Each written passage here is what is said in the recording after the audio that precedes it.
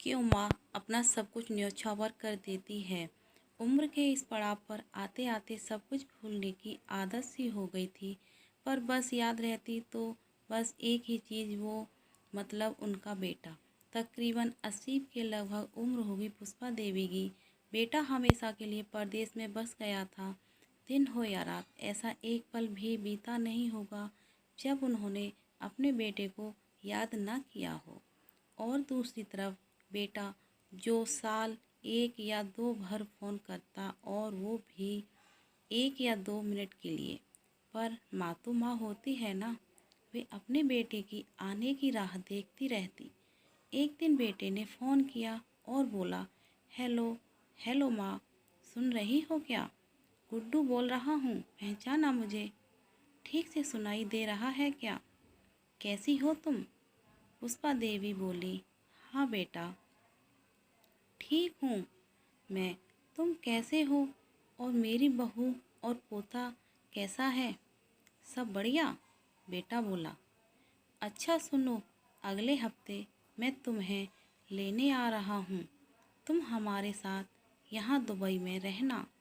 तुम्हारी बहू भी कह रही थी कि माँ जी को यहीं ले आओ। पता नहीं माँ जी अकेले कैसे रह रही होंगी। ये सुनकर माँ की बूढ़ी आंखों में आंसू आ गए। अपने बेटा और बहू अपनी इतनी चिंता करते हैं, ये जानकर मानो खुशी की लहर सी दौड़ गई। बेटे बहू का प्यार देखकर मन फूला न समा रहा था। और सुनो, सारी तैयारी कर लेना, मैं ज़्यादा दिन नहीं रुक पाऊँगा। छुट्टियाँ ज़्यादा नहीं मिली हैं और बिल्डर से भी तो बात करनी है घर के मामले में। घर के मामले में मतलब? माँ ने पूछा। बेटा बोला, और नहीं तो क्या। अब जब हम सभी एक साथ रहने वाले हैं तो घर रखकर क्या फ़ायदा? कौन देख रेख करेगा उसकी? बुढ़ापे में उन्हें ठीक से चलना भी मुश्किल था, लेकिन खुशी के कारण उन्होंने गांव में घूम घूम के सभी को बता दिया अपने बेटे बहू के बारे में। गांव के सभी लोग सुनकर बड़े खुश हुए और लगा कि जीवन के आखिरी के पल अपने परिवार वालों के साथ खुशी खुशी बिताएगी। वापस घर आने पर घर के एक कोने कोने को ऐसे देख रही थी मानो अपने दूसरे बेटे को ही देख रही हो। और देखेगी भी क्यों नहीं, घर को अपने बच्चे जैसा ही संभाला था। पति के साथ 45 साल निकाले थे उस घर में। जीवन की आखिरी पल अपने बेटे बहू के साथ बिताना था। बस यही सोचकर दिल पर पत्थर रखकर वे घर बेचने के लिए राजी हो गई थी। असहाय हो गई थी। जल्दी जल्दी में बेटे ने घर आधी कीमत में बेच दिया। ज़्यादा कुछ नहीं, पर कुछ चीज़ें उन्हें अपने साथ रख ली। सभी लोग टैक्सी करके एयरपोर्ट पहुँचे। वहाँ पहुँचने पर बेटा बोला, माँ तुम यहाँ एक कुर्सी पर बैठो, मैं सामान और बोर्डिंग का पास चेक करा के आया। और सुनो, मुझे देर लगेगी, यहीं बैठी रहना, कहीं भी जाना नहीं। मैं यूं गया और यूं आया, बड़ी देर हो गई पर बेटा आया नहीं। माँ बेचारी चिंता भी करने लगी और थोड़ी घबराने भी लगी। बाद में सोचने लगी कि भीड़ ज़्यादा होगी, इसलिए आने में देर हो गई होगी। अंधेरा हो गया पर बेटा अभी तक आया नहीं। लोगों की आवाजाही भी कम हो गई।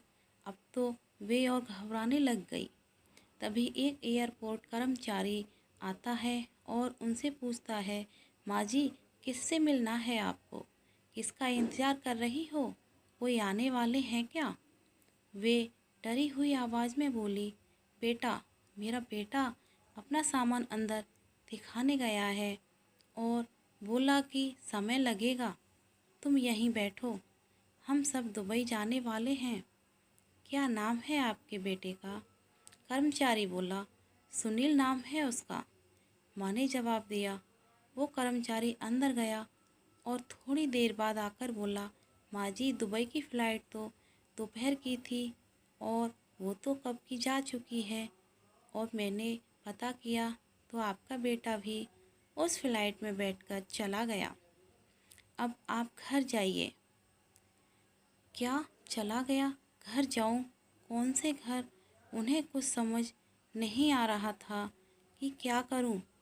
आंखों से आंसुओं की धार सी लग गई, पर कहे तो किसे। जैसे तैसे वे अपने घर पहुंची, पर अब घर भी कौन सा उनका अपना था। जैसे तैसे खुद को संभाला और घर की तरफ निकल पड़ी।